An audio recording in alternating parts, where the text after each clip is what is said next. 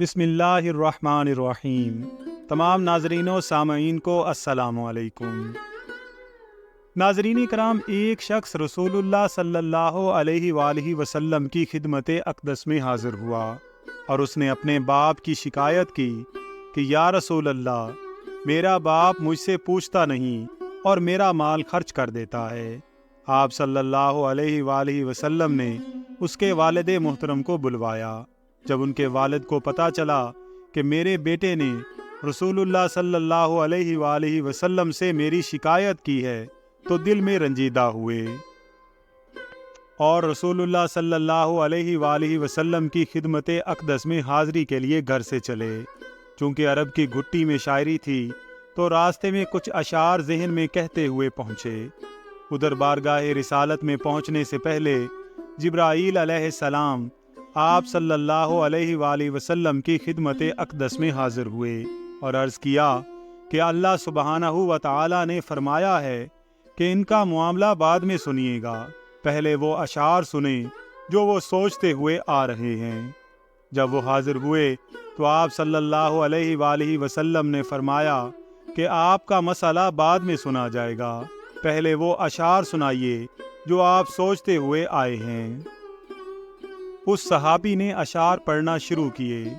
नाज़रीन कराम, उन अशार का आसान तर्जमा बताने की कोशिश करता हूँ, क्योंकि जो अशार थे और जिस आला पाए के थे और जो जज्बात की कैफियत थी, उनकी सही तर्जुमानी उर्दू में मुश्किल है।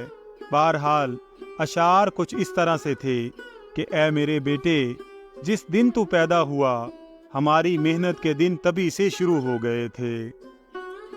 तू रोता था, हम सो नहीं सकते थे। तू नहीं खाता तो हम खा नहीं सकते थे।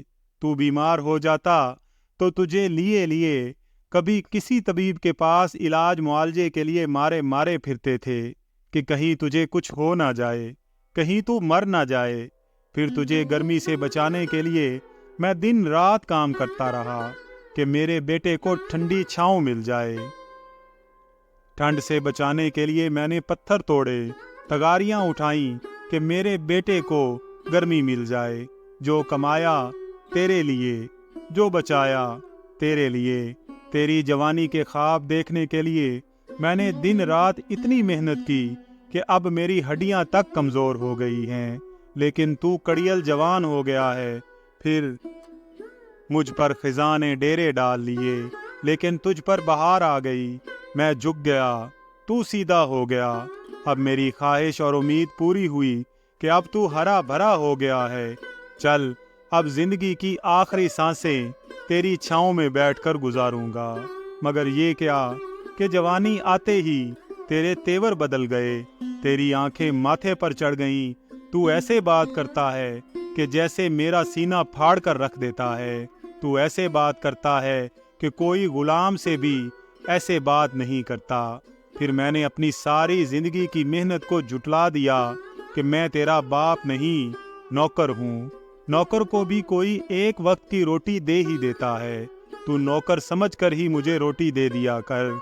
ये अशार सुनाते सुनाते उस सहाबी की नज़र अल्लाह के रसूल सल्लल्लाहु अलैहि वालैहि वसल्लम के चेहरा मुबारक पर पड़ी तो देखा कि आप सल्लल्लाहु अलैहि वालैहि वसल्लम इतना रोए कि आप सल्लल्लाहु अलैहि वालैहि वसल्लम की दाढ़ी मुबारक तर हो गई। आपने जलाल में अपनी जगह से उठते हुए उसके बेटे को फरमाया कि अंता व मालुका लिअबीका, कि तू और तेरा सब कुछ तेरे बाप का है।